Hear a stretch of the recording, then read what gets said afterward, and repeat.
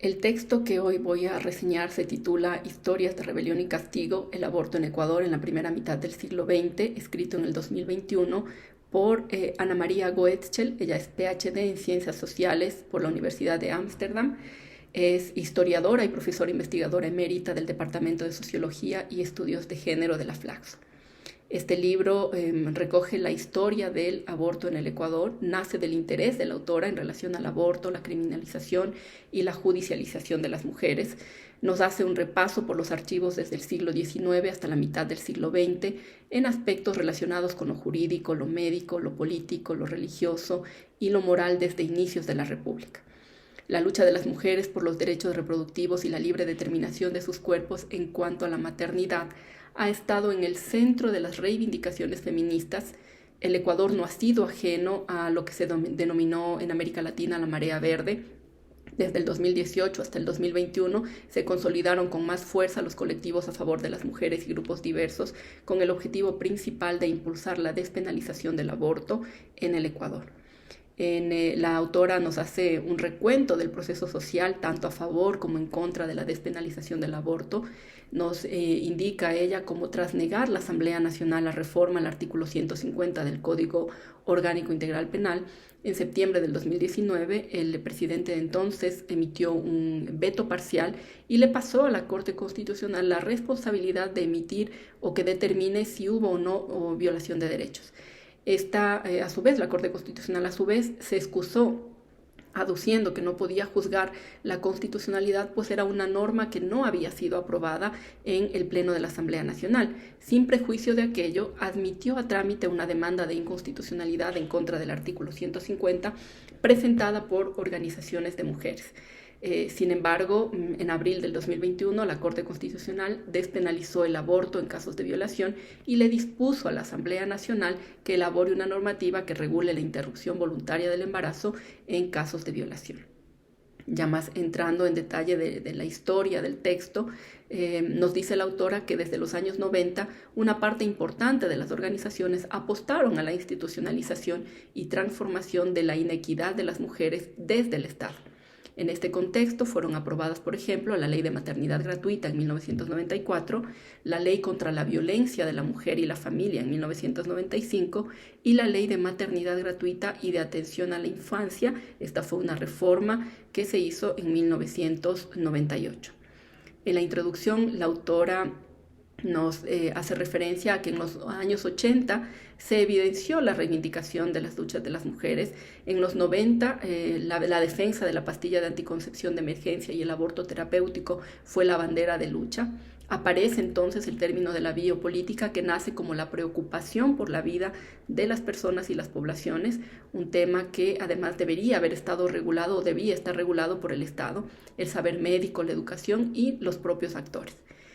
El libro, la autora lo divide en 2 capítulos. En el primer capítulo nos plantea la historia, los debates y representaciones, hace referencias específicas que dan cuenta del aborto como una forma de rebelarse ante los abusos en la época de la colonia y la república. Ella para esto se basa en el relato de Olmedo en su discurso sobre la abolición de las mitas, da cuenta de cómo el abuso y la violencia sexual estaban directamente relacionadas con situaciones de poder ancladas a la preocupación que le genera al Estado y la Iglesia en un intento por subordinar o disciplinar mediante la criminalización para no perder su autoridad.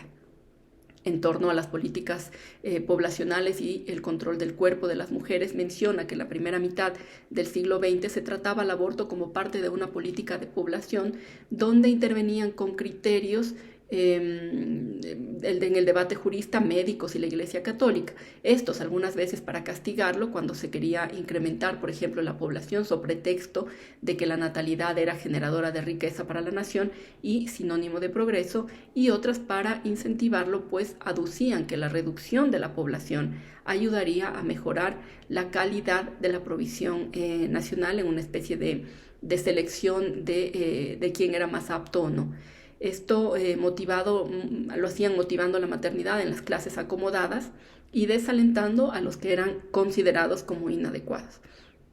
El movimiento feminista, nos dice la autora, se fue construyendo en los años 30 en búsqueda de garantizar igualdad económica, social, política, además de otras reivindicaciones como las laborales y las educativas para las mujeres. Aquí el rol de la Iglesia fue preponderante, pues para la moral católica, donde solo existe lo natural o lo provocado, no cabe la justificación para provocar el aborto o para promover el aborto. Es decir, la moral condenatoria o para la moral condenatoria esto sería pecado. Menciona que en la década de los 20 se sugiere la necesidad de que las madres, sea cual sea su estado civil, deben estar protegidas a través de leyes que dicte el Estado. Y esta debe ir de la mano de la protección de la infancia, más allá de la natalidad, el cuidado de la niñez y algunas otras garantías de derechos que en ese momento se querían garantizar a través del Estado. Nos plantea que en la primera mitad del siglo XX el debate estaba dado desde dos posturas. La una que consideraba al aborto como parte del problema de la natalidad y la biopolítica, y por otro lado las posturas que recogían la penalización. En cualquiera de los dos casos, lo importante es que se empezó a dejar de ver al aborto como algo que se resolvía de forma encubierta para ponerlo en el debate de la opinión pública. Un apartado importante o interesante del texto planteado por la autora es el que nos habla del aborto y los códigos penales del Ecuador. Menciona que hemos tenido varios códigos penales y en todos existen referencias al aborto bajo consideraciones jurídicas basadas en doctrinas del derecho romano que se han ido adaptando a la época, a las diferentes épocas. Nos dice, por ejemplo, que el primer código penal que fue emitido en el gobierno de Vicente Rocafuerte en 1837, enfocado desde el principio liberal, se plantea la separación entre lo público y lo privado. No penalizaba a las mujeres, sino a quienes realizaban el aborto, desde la idea de que las mujeres no tenían decisión propia. En la segunda administración de García Moreno rige el Código Penal y de Enjuiciamiento Criminal. Aquí ya aparece la mujer como un sujeto de delito de aborto que la sancionaba con hasta 5 años. Alberto Enríquez Gallo incluyó en el Código Penal de 1938 el aborto como delito en contra de las personas y la vida, y aquí se hace mención por primera vez al aborto terapéutico o eugenésico. Esto significa que fue la única variante que hubo, en la primera mitad del siglo XX. Es en la década de los 40 cuando se plantea la despenalización del aborto en casos de violación, dando inicio al debate en torno a la condición jurídica del aborto. Pasando al capítulo 2, la autora se centra en las prácticas y punición del aborto. El aborto en el Ecuador ha sido practicado siempre desde espacios privados o de clandestinidad sin que existiera la intervención directa del Estado. No hay registros salvo contadas excepciones de criminalización. Sin embargo, nos dice, con la entrada en vigencia del COIP en el 2014, esto empezó a cambiar. Para plasmar adecuadamente estos aspectos, la autora utiliza como recursos metodológicos, por ejemplo, la microhistoria para relatar lo que fue la historia como tal del aborto y para problematizar el aborto en el Ecuador. Ella hace mención en este sentido a casos que en su momento fueron mediáticos, ¿no? Como el de Manuela Pérez, acusada por una intervención en el que el neonato murió, pero que se salvó la vida de la madre, y ahí hubo un debate social respecto de qué vida era la más importante, si la de la madre o la del hijo. También hace mención al caso de Carmela Granja y de Delia Acuatías. Este fue un caso muy sonado en su momento, donde Delia, una mujer, murió en el procedimiento. En este caso en particular se dio paso a diversos debates hasta convertirse en un caso que fue denominado como de vindicta pública. Precisamente los discursos médicos y jurídicos son los elementos en los que se basa este análisis, revelando, entre otras cosas, el clima moral que existía entonces en la sociedad quiteña y en la sociedad ecuatoriana. El caso particular que analiza la autora es el de Carmela Granja y Rosa Delia Acuatías, y nos lleva a diferenciar cómo en ese momento la clase social a la que pertenecía una mujer marcaba la diferencia en la forma de ser juzgada. El lugar en ese momento donde se llevó a cabo el procedimiento en el cual perdió la vida la joven se le conoció como la casa del crimen, lugar donde se practicaban abortos. Se evidencia también la insistencia que hubo en su momento por parte de los medios de comunicación de alimentar el debate público sesgado que ejercían como ahora los medios de comunicación en determinados temas, ¿no? Abordan Dentro de este caso, temas como la criminología y la justicia, que usó recursos positivistas en la ciencia criminológica de entonces, haciendo referencia a los laberintos del litigio, refiriéndose a las argumentaciones jurídicas que se hicieran tanto de la parte defensora como de la parte acusadora. En el segundo caso que relata la autora y que denominó aborto por factores sociales y económicos, 1951, la autora nos habla del caso de Maruja Segovia de Garzón. Esta mujer fue encontrada en su domicilio muerta mientras se realizaba un aborto. A diferencia del caso anterior, esta era una mujer de clase media baja, quiteña, deseosa de no tener más hijos.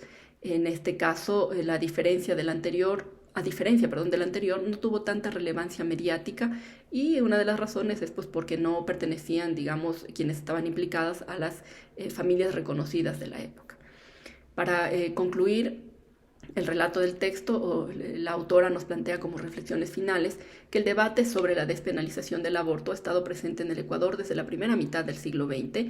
Nos plantea la comprensión del aborto a partir del contexto histórico, político, social y moral, igual que ahora en años anteriores señala las posiciones médicas, jurídicas y religiosas, y estas han marcado el ritmo de la perspectiva política y de la discusión social en torno al aborto y su despenalización.